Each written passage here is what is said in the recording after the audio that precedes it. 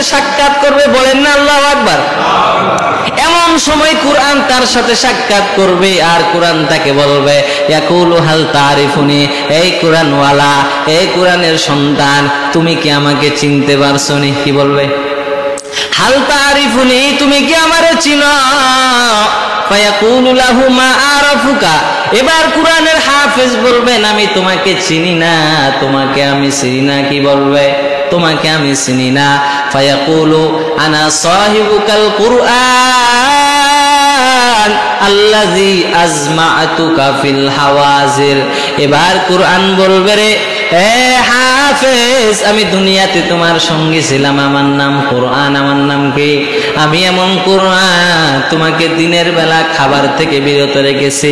তাহলে বলেন, দিনের বেলা খাবার থেকে বিরত রাখলে কোরআন দ্বারা কোরআন উদ্দেশ্য নাকি রোজা উদ্দেশ্য? এবার বলবেন, আমি তোমাকে